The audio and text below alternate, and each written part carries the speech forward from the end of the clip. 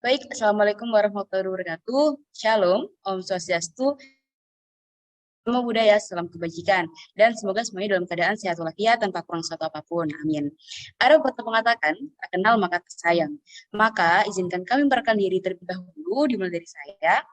Nama saya Aprilia Doningrum, kemudian dilanjutkan ke rekan saya. Nama saya Agung Ayu Gayatri Devi. Nama saya Dava Fastabikul Khairat. Nama saya Lepra Mesari Soekarno. Dan nama saya Alfa Zaki Asadillah.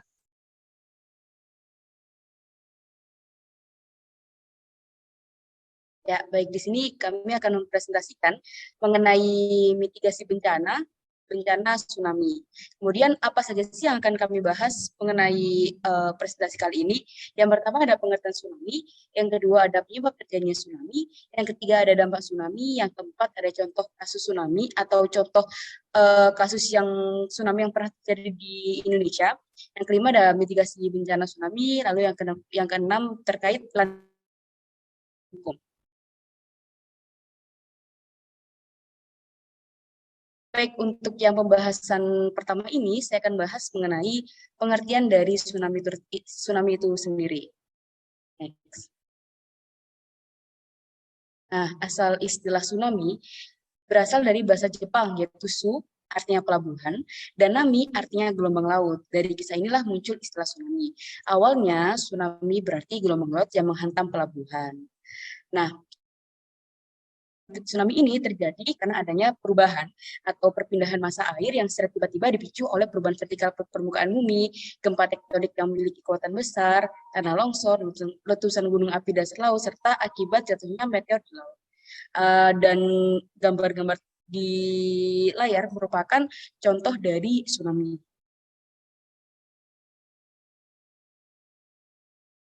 Nah, di sini merupakan deskripsi tsunami ya, bisa dibaca yaitu di sini ada tsunami adalah rangkaian gelombang laut yang mampu menjalar dengan kecepatan hingga lebih dari 900 km per jam, terutama diakibatkan oleh gempa bumi yang terjadi di dasar laut. Tsunami bisa juga diartikan gelombang laut yang tinggi yang volumenya besar, kemudian yang airnya dipindahkan disebabkan karena gempa bumi, letusan gunung berapi, dan ledakan bawah air lainnya.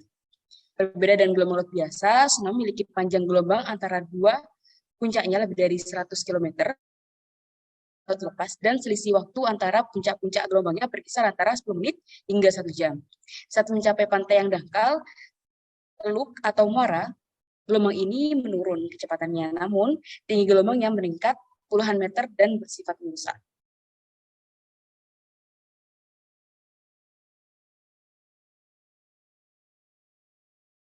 Kemudian bahasan yang kedua ada penyebab terjadinya tsunami yang akan langsung dijelaskan oleh teman saya. Monggo. Kemudian yang kedua, penyebab terjadinya tsunami. Penyebab terjadinya tsunami dibagi menjadi 4. Yang pertama, gempa bumi. Gempa bumi merupakan pergerakan lempeng yang memungkinkan terjadinya gesekan atau tumbukan antar lempeng, sehingga salah satu lempeng mengalami kenaikan dan lainnya penujaman. Yang kedua adalah letusan gunung berapi di bawah laut. Terjadi pergeseran lempeng di bawah laut tak hanya berdampak pada aktivitas tektonik, melainkan turut mempengaruhi aktivitas vulkanis. Ketika terjadi peningkatan aktivitas vulkanis, ini menyebabkan naiknya air laut yang kemudian memicu tsunami. Dan yang ketiga, longsor di bawah laut. Longsor ini terjadi karena adanya tabrakan antar lempeng samudra dan benua. Peristiwa tsunami yang terjadi karena longsoran bawah laut disebut tsunami submarin. Dan yang keempat yaitu tumbukan antara benda luar angkasa ke bumi. Benda luar angkasa seperti meteor yang jatuh dan bertumbukan dengan laut dapat menimbulkan tsunami dan ketidakstabilan lempeng di bawah laut. Tsunami yang diakibatkan oleh hal ini biasanya terjadi sangat cepat dan jarang mempengaruhi wilayah pesisir yang berada jauh dari sumber gelombang.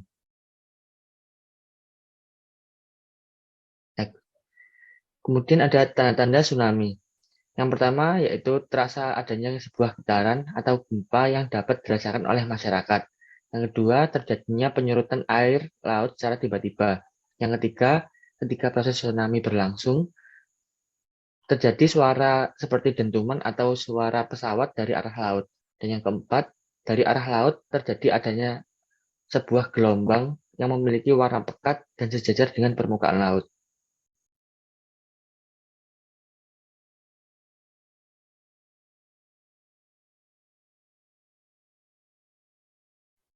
Kemudian dampak tsunami yang akan dijelaskan oleh teman saya. Baik, terima kasih. Jadi apa saja sih dampak-dampak yang ditimbulkan dari tsunami ini? Yang pertama ada terjadi kerusakan. Ya pastinya yang pertama kali terkena dampaknya adalah kerusakan. Kerusakan di mana-mana. Nah, kerusakan yang dimaksud ini adalah kerusakan fisik, baik bangunan maupun non-bangunan. Gelombang besar yang timbul karena tsunami ini dapat menyapu area daratan, baik daerah pantai maupun daerah-daerah yang di sekitarnya. Kerusakan terjadi ini adalah daerah yang sapuan ombak. Nah, kerusakan di sini bisa menimbulkan kerusakan yang ada di mana-mana. Nah, kerusakan di sini juga bisa menyapu lahan pertanian, perkebunan, dan lain sebagainya. Kemudian yang kedua adalah lahan pertanian dan perikanan yang rusak. Gelombang tsunami yang dahsyat dapat menyebabkan lahan pertanian dan perikanan yang rusak. Gelombang tsunami dengan kekuatan yang besar mampu menyapu bersih apa saja yang ada di daratan. Jangankan tanaman yang ada di bahkan bangunan pun banyak sekali yang roboh. Selain itu, ikan-ikan yang ditanam di kolam perikanan juga akan tersapu oleh air dari gelombang tsunami tersebut. Kemudian yang ketiga, pasti dampak tsunami yang paling berdampak pada masyarakat, yaitu ada menghambat kegiatan perekonomian. Kerusakan dan kehilangan yang terjadi akibat gelombang tsunami akan melumpuhkan kegiatan perekonomian sampai beberapa waktu. Tidak hanya itu saja, namun kerugian yang disebabkan oleh tsunami ini mungkin akan menggantikan kegiatan produksi dan perdagangan dalam waktu tertentu karena adanya kerugian. Next. Kemudian dampak yang keempat ada kerugian material. Semua bencana alam dapat menimbulkan kerugian yang bersifat material, termasuk juga gelombang tsunami. Kerugian material diantaranya karena robohnya bangunan, rusak lahan pertanian, dan perikanan, dan kehilangan harta bendanya.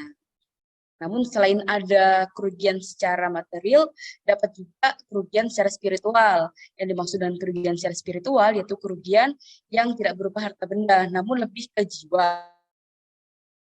Bagaimana seorang anak kecil akan tambah mengalami bencana alam yang besar, apalagi apabila ia kehilangan anggota keluarganya, maka hal itu dapat menimbulkan trauma pada jiwa anak. Kemudian yang terakhir ada menimbulkan bibit penyakit. Dampak dari bencana alam ini dapat menimbulkan bibit penyakit karena kenapa? Karena ketika gelombang air laut tinggi melulantangkan daratan, maka yang kita temukan adalah benda-benda kotor, tanah yang berlumpur, dan sebagainya. Lingkungan yang tidak bersih akan menimbulkan banyak sekali bibit penyakit.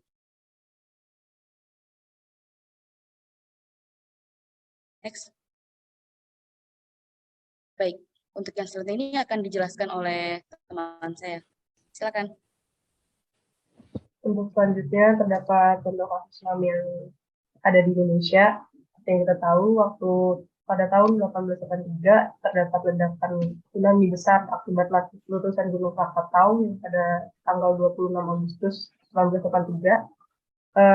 Tsunami ini diakibatkan oleh adanya erupsi gunung berapi bawah laut dan runtuhnya kaldera, serta dari tsunami akibat letusan Gunung Krakatau ini mengakibatkan sekitar adanya 36.000 orang di pantai Jawa Selatan ini mengalami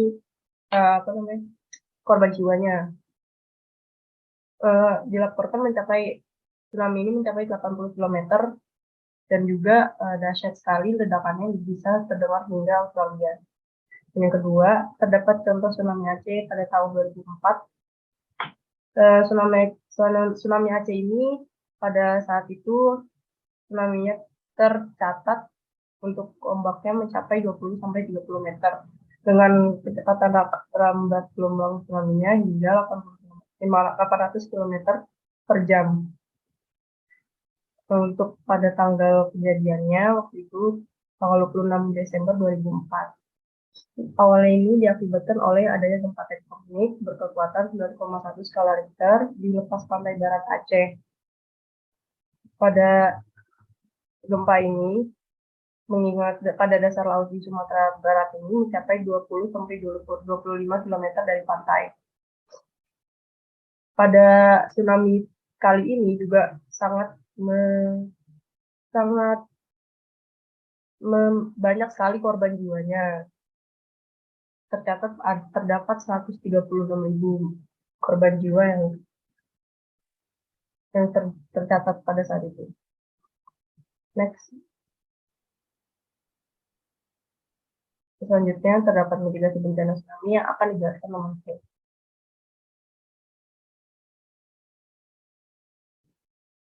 Oke, selanjutnya yaitu mitigasi bencana terhadap bencana alam tsunami. Mitigasi bencana tsunami adalah sistem untuk mendeteksi tsunami dan memberi peringatan untuk mencegah jatuhnya korban. Ada 2 jenis sistem peringatan dini tsunami, yaitu sistem peringatan tsunami internasional dan sistem peringatan tsunami regional. Dan berikut adalah gambar dari siklus manajemen bencana.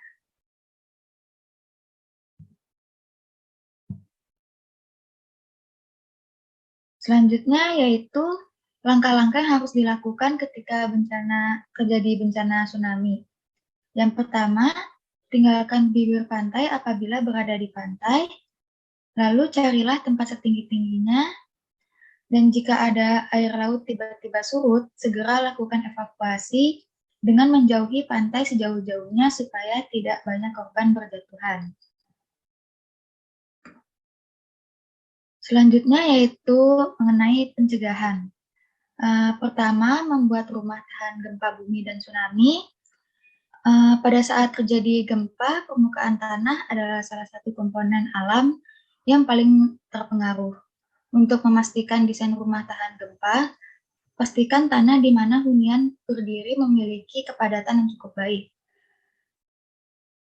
yaitu keras dan tidak porus, sehingga getaran yang terjadi akibat gempa tidak mengubah permukaan tanah terlalu ekstrim akibat rusaknya struktur bangunan bawah bangunan. Selanjutnya yaitu struktur pantai.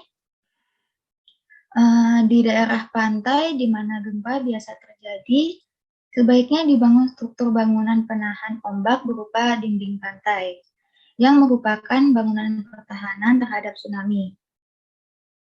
Struktur ini akan efektif bila ketinggian tsunami relatif tidak terlalu tinggi. Selanjutnya yaitu penataan wilayah. Korban terbanyak bencana alam tsunami adalah perkampungan padat di daerah pantai di samping daerah wisata pantai. Cara paling efektif mengurangi korban bahaya tsunami adalah dengan memindahkan wilayah pemukiman pantai ke daerah bebas tsunami. Dan yang terakhir yaitu sistem yang terpadu. Sistem pencegahan tsunami akan meliputi hal-hal sebagai berikut, yaitu peramalan, peringatan, evakuasi, pendidikan masyarakat, latihan, kebiasaan untuk selalu waspada terhadap bencana, dan kesigapan pasca bencana. Selanjutnya yaitu solusi itu ada struktural dan non-struktural. Untuk solusi strukturalnya yaitu memindahkan daerah pemukiman, industri, pasar, perhotelan, dan sebagainya ke daerah yang lebih tinggi apabila memungkinkan. Lalu menghindari pembangunan segala infrastruktur pada garis pantai, membentengi dengan penghalang tsunami sepanjang daerah pemukiman, pembuatan konstruksi penghalang tsunami di daerah pantai dan lepas pantai, memperkuat konstruksi rumah dan bangunan, mendesain konstruksi bangunan yang tahan terhadap gelombang tsunami. Selanjutnya itu solusi non-struktural. Pertama, peraturan perundangannya seperti halnya tata ruang daerah, konstruksi bangunan yang telah desainnya termasuk penindakannya dan sebagainya. Yang kedua yaitu insentif berupa bantuan dan subsidi pemerintah untuk memotivasi agar tindakan mitigasi dimasukkan dalam berbagai pembangunan. Lalu pendidikan dan pelatihan, penyuluhan sosial, penguatan dan pembentukan bila belum ada masalah organisasi yang berfungsi sebagai mekanisme penanggulangan bencana, dan pengembangan sistem-sistem peringatan bahaya bencana tsunami. Selanjutnya akan dijelaskan oleh teman saya. Ya, materi selanjutnya yaitu adalah tentang landasan hukum. Next. Nah, dasar-dasar hukum tentang peraturan yang berkaitan dengan tugas pokok dan fungsi tentang penanggulangan bencana, yaitu yang pertama itu Undang-Undang Nomor 24 Tahun 2007 tentang penanggulangan bencana. Kemudian ada Peraturan Pemerintah Nomor 21 Tahun 2008 tentang penyelenggaraan penanggulangan bencana. Kemudian ada Peraturan Pemerintah Nomor 22 Tahun 2008 tentang pendanaan dan pengelolaan bantuan penanggulangan bencana. Nah, kemudian ada Peraturan Pemerintah Nomor 23 Tahun 2008 tentang peran serta lembaga internasional dan lembaga asing non-pemerintah dalam penanggulangan bencana. Next. Kemudian ada Peraturan Presiden Nomor 23 Tahun 2008 tentang Badan Nasional Penanggulangan Bencana. Yang nomor 6 itu ada Peraturan Menteri Dalam Negeri Nomor 48 Tahun 2008 tentang Pedoman Organisasi dan Tata Kerja Badan Penanggulangan Bencana Daerah atau PBBD. Dan yang terakhir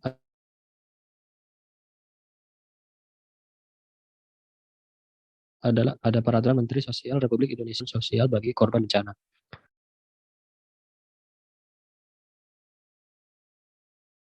Next.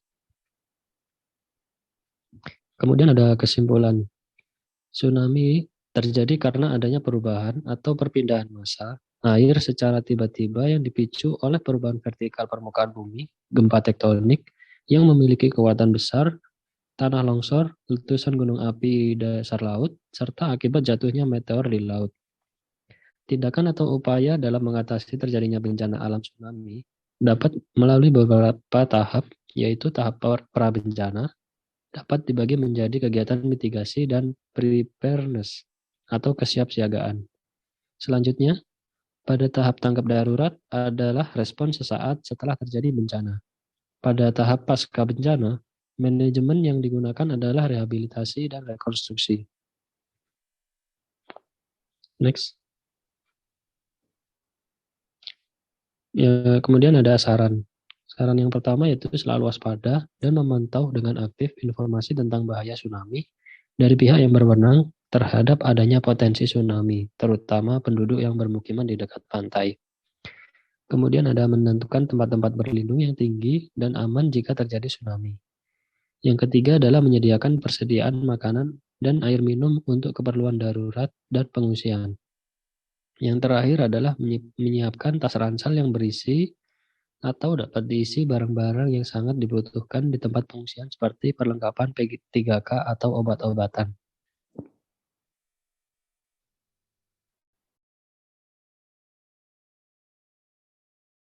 Baik, itu tadi merupakan paparan dari kelompok kami mengenai mitigasi bencana dari tsunami. Sekian dari kami, kurang lebihnya kami mohon maaf. Namun sebelum saya tutup, izinkan saya pantun terlebih dahulu. Makan ketupat di siang hari, sayurnya pakai opor ayam. Terima kasih dari kami, semoga bermanfaat untuk kalian. Wabillahi taufiq wal hidayah, waridho wal inayah, wassalamualaikum warahmatullahi wabarakatuh.